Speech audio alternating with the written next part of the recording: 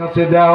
দুইটা সন্তানকে উলুর উপরে বসাইয়া খেজুর বাদাম আপনি এরকম করে খেজুর খাওয়াইয়া দুইটা সন্তানকে বসাইয়া দিলেন। বাবা তোমরা একটু আরাম করো, এখনই তোমার মা রুটি ভাজি করবে। পৃথিবীর প্রেসিডেন্ট তিনি তরি তরকারি কুটে বাদাম সহযোগিতা করতেছে। সিল্লে এখন মারহাবা।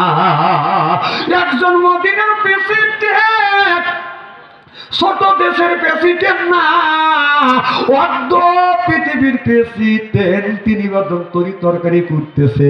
এইবার বাদাম রুটি ভাজি হয়ে গেলেন, তরি তরকারি যখন রান্না হয়ে গেলেন, আর তো তোমার মেয়েটাকে বলে মা তুমি খাবার খাও, আর তোমার এই দুই সন্তানটাকে আমি খাবার খাওয়াই। হরদ তোমার তরি তরকারি দিয়ে রুটি গুনে সিরিয়া সিরিয়া দুইটা বাচ্চার মুখে তুলে দেয়। দুইটা বাচ্চা কান্দে আর বলে বাবা কান্দো না, পেট ভরে খাবার খাও। উমরের চোখ থেকে পানি বের হইয়া উমর কান্দের বলে আল্লাহ আমার আজকে এই বাচ্চারা অনাহারে রয়ে গেছে। এরপরে ওই মহিলাকে বললো ও গো মা আগামীকাল তুমি হযরত উমরের দরবারে যাও মা, আমি ওইখানে থাকবো, তোমাকে বেশি বেশি করে সহযোগিতা করবো। ওমর নিজের কথা ওপেন করলেন না, নিজের কথা পরিচয় দিলেন না, নিজে যে প্রেসিডেন্ট পরিচয় দিলেন না। ওমর বলল মা ওই জায়গা যায় আমার সাথে তোমার সাক্ষাৎ হবে। পরের দিন মেয়েটা ওমরের দরবারে যখন গেলেন, রাজ সিংহাসনে বাদন বসে আছে হযরত ওমর। এবার একজন লোকে জিজ্ঞেস করে বাবা যিনি রাজ সিংহাসনে বসে আছে এই লোকটাকে বলে এই লোকটা অর্ধ পৃথিবীর প্রেসিডেন্ট আমিরুল মুমিনিন খলিফাতুল মুসলিমিন সিল্লে এখন মারহাবা। নারে তাকবীর। এবার মেয়েটা মনে মনে চিন্তা করতে জানলা আমি এত বড় অন্যায় করছি মাওলা, আমি এত বড় ভুল করেছি। অর্ধ পৃথিবীর প্রেসিডেন্ট রাতের বেলায় আমার সাথে কি সুন্দর ব্যবহার করছে। এবার মেয়েটা দৌড়া যায় হযরত ওমরের কাছে যায়, পাও করে ধরছি আমিরুল মুমিনিন খলিফাতুল মুসলিমিন গত রাত্রিতে আপনি যে মদিনার প্রেসিডেন্ট আমি আপনাকে চিনতে পারিনি, আমি ভুল করে ফেলেছি। আমিরুল মুমিনিন খলিফাতুল মুসলিমিন আপনি আমাকে মাফ করে দেন। হযরত ওমর বলেন মা আমার কাছে মাফ চাইয়া আবার নতুন করে আমাকে দোষী সাব্যস্ত করো না গো মা।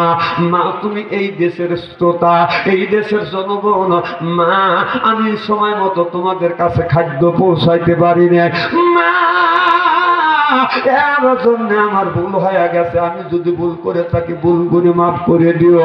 কিয়ামতের ময়দানে আল্লাহর আদালতে তুমি যেন আমাকে আসামি করো না। মেয়েটা বলি আমিরুল মুমিনিন খলিফাতুল মুসলিমিন আমি আপনাকে মাফ করে দিলাম। সিল্লে এখন সুবহানাল্লাহ। অর্ধ পৃথিবীর প্রেসিডেন্ট হযরত ওমর আপনার জনগণের কাছে যাইয়া খাবার গুলি পৌঁছা দিছে। হযরত ওমর একদিন ঈশার নামাজ পড়িয়ে আবার বাড়ির থেকে বাজান বের হয়েছে। আমি বাজান আমরা নামাজ পড়িয়ে বাড়িতে যাই, ওমরের মতো নেতা প্রেসিডেন্ট সে গ্রামের মধ্যে বাজান ঢুকিয়া পড়ে। মাঠের মধ্যে যে হাঁটতে জ্যোৎস্না রাত হযরত ওমর লক্ষ্য করে দেখতেছে একটা যুবতী মহিলা তাস তাস করে বাজান এরকম করে হেঁটে যাচ্ছে। হযরত ওমর মনে মনে চিন্তা করতেছে আল্লাহ আমার রাষ্ট্রে মহিলারা এই রাস্তা দিয়ে হাঁটতেছে, আল্লাহ আমার দেশের মধ্যে মহিলা কেন রাস্তা দিয়ে গভীর রজনীতে একা একা হাঁটতেছে। এই বলে ওমর মহিলার দিকে যখন রওনা করছে, মহিলাটা বাজান আপনার ওই ওমরকে দেখছে, এটা যে ওমর ওই মহিলা তো চেনে না।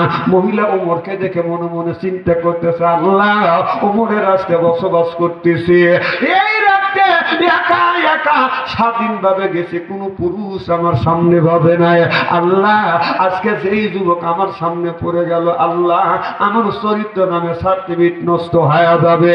আল্লাহ আমার চরিত্র নামে সার্টিফিকেট যদি নষ্ট হয়ে যায়, আল্লাহ আমি আমার স্বামীর কাছে কি উপহার দিব? একটা নারীর জীবনে সবচাইতে আপনার মূল্যবান সম্পদ হলো সতীত্ব সম্পদ। একটা পুরুষের জীবনে সবচাইতে বড় সম্পদ হলো বাদান সতীত্ব সম্পদ।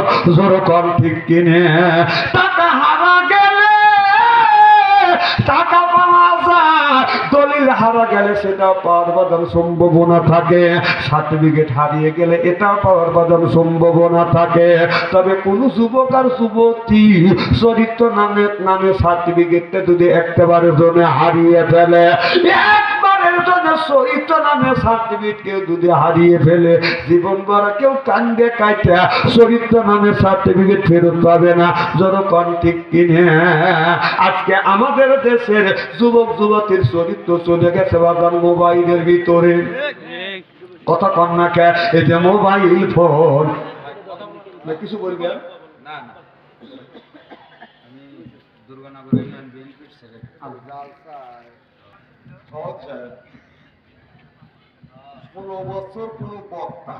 আমার ভাইরা কি যেন বলতেছিলাম মনে আছে? নারায়ে তাকবীর।